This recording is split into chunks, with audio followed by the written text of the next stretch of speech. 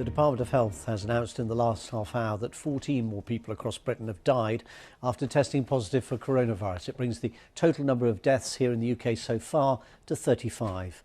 The Health Secretary for England, Matt Hancock, has warned that the measures the government would take to combat the coronavirus will disrupt the ordinary lives of almost everybody in the country. He confirmed that in the coming weeks, people over the age of 70 and other vulnerable people will be asked to self-isolate. In other words, staying at home and cutting down on their contacts with others. The Department of Health says they'll put out more guidance tomorrow on what social distancing measures elderly and at-risk people should take. Here are the day's other main developments. Well, in total now, 1,372 UK cases have been detected of coronavirus. That's people who have had a test and the test has been positive. Over 40,000 people have been tested in all, so the rest have proved negative. Matt Hancock said ministers would ask the nation's manufacturers to switch to the production of ventilators needed to treat people who develop severe symptoms. More doctors will be trained in their use. In the last hour, the chair of the construction company JCB said he'd been approached to help by ministers. More doctors will be trained in their use too. Supermarkets in the UK are urging customers not to panic buy during the outbreak. And the Foreign Office has advised against all but essential travel to the United States following the US government imposing restrictions on travel from the UK. The Foreign Office is also advising against all but essential travel to Spain and the Balearic and Canary Islands. EasyJet is the latest airline to cancel all of its flights to Spain. That comes into effect from Tuesday. Ryanair is also limiting the number of its flights to the country. Here's our political correspondent Nick Eardley. For weeks now, we've all been told to wash our hands more, but the government is increasing its response to coronavirus. Already, if you've got a persistent cough or fever, you're to stay at home, and new measures could be coming soon. Many of them will be focused on those most at risk, in particular the elderly. They could soon be asked to shield themselves from the virus by staying away from other people for months.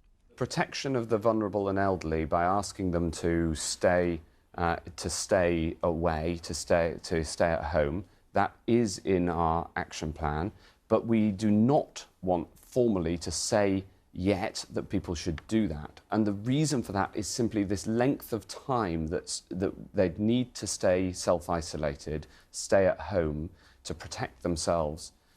It is a very big ask. It's a very long time. The Scottish Government says its plans for the elderly focus on reducing contact rather than complete isolation. But soon, families are likely to be asked to isolate together too if someone in a household shows symptoms. It's an oxylog. Engineers will be asked to produce as many ventilators as possible. The government needs more and has said it will buy as many as can be produced. There are also plans to take over beds in private hospitals if the NHS comes under too much pressure. I think that this response is going to be one of the biggest challenges that our generation faces. Some questions are being asked about the response though, including about the idea immunity can be built up by protecting the most vulnerable while others get a mild illness. Ministers say that's not the plan, despite the government's chief scientist suggesting it was part of the approach. Labour wants more information about how decisions are being reached. We do that not to undermine the government because we want the government's strategy to succeed, but we think it's important that we can all reassure ourselves that the government is taking the correct approach. Engineering the antibodies. The Prime Minister is holding talks with officials this afternoon. Emergency legislation will be published in the coming days and new measures are likely to be introduced soon. Nick Eardley, BBC News. And Nick's colleague, political correspondent Jessica Parker is here. Afternoon to you, Jessica. Let's start with what we do know is that there will be some kind of announcement tomorrow about social distancing. Do we have any indication as sort of what parameters the government's looking at? Because some of the measures in other European countries have been pretty dramatic. Yeah, I mean, I think it's important to talk about the difference between social distancing and self-isolation. So obviously we've been hearing this morning from the Health Secretary, Matt Hancock, this idea that over 70s, elderly, vulnerable, within weeks there could be some move to ask them to self-isolate. Social distancing is a less radical step, but it is about reducing your contact day to day with people in order, of course, to reduce your chance of getting the virus. So we've had guidance that we could get more on that tomorrow in terms of the advice for elderly people. There is a COBRA meeting tomorrow going to be chaired by the Prime Minister.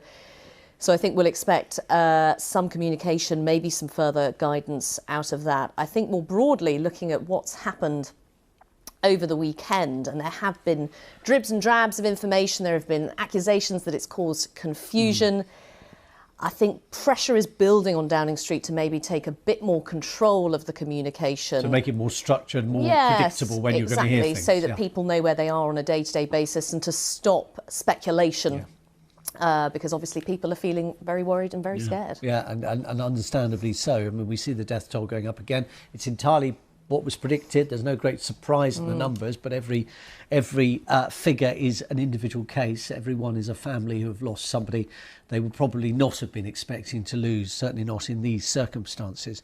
And there are all sorts of practical knock-ons, aren't there, of every decision government takes. For example, if they were to say, right, like Ireland, as pressure is coming from Sinn Féin in Northern Ireland, shut the schools, you immediately have all those kids who have to be looked after somewhere. That's probably at home. Mum and dad are working. It's the grandparents who are looking after them. And suddenly you increase the risk of vulnerability again. Or there's no easy answers. No, and if mum and dad are working and say there aren't any grandparents or it's not practical for obvious health reasons to do something like that, do mum and dad have to stop working? Do mum or dad work in the health service? What impact does that therefore have on care? So there are a huge number of knock-on effects and ramifications going forward. Northern Ireland is a particular case, as you say. There was a meeting yesterday between politicians in Northern Ireland and the Irish government about cross-border cooperation, but a bit of a difference in opinion as to when in Northern Ireland schools, colleges should close, given that that is already happening in the Republic. So that is an ongoing conversation as well. There's some places only 1 mile apart. Yes, exactly. Parents going, well, hang on a minute, that family down the road, their kids aren't going to school, but you're saying it's fine for my kids to go to school. Yes, so that's a particularly difficult issue that's playing out in Northern Ireland and the Republic of Ireland as well. I think it's worth saying, though, where some of this stuff started overnight in terms of isolation for the over 70s, for vulnerable people, was some advice that came out from the Scientific Advisory Group for Emergencies. There's this scientific group attended by the Chief Medical Officer, the Chief Scientific Advisor. They released some information yesterday saying that they thought the government would soon need to move towards two things: shielding, which is the term that covers social distancing or people staying at home on the more radical step, but also household isolation. That's been slightly lost as well. Household isolation being if one person in a household starts to show symptoms of the coronavirus, the whole household then stays at home and self-isolates for a time. And there's a sort of logic to that, isn't there? But again, that has a huge impact, exactly. Now, maybe we'll hear more from the government this week as to what extent they are moving towards that. As we were talking about earlier, emergency legislation is expected to be published as well. So I think there will be some more clarity, but not only that, there is pressure for there to be more clarity. Jessica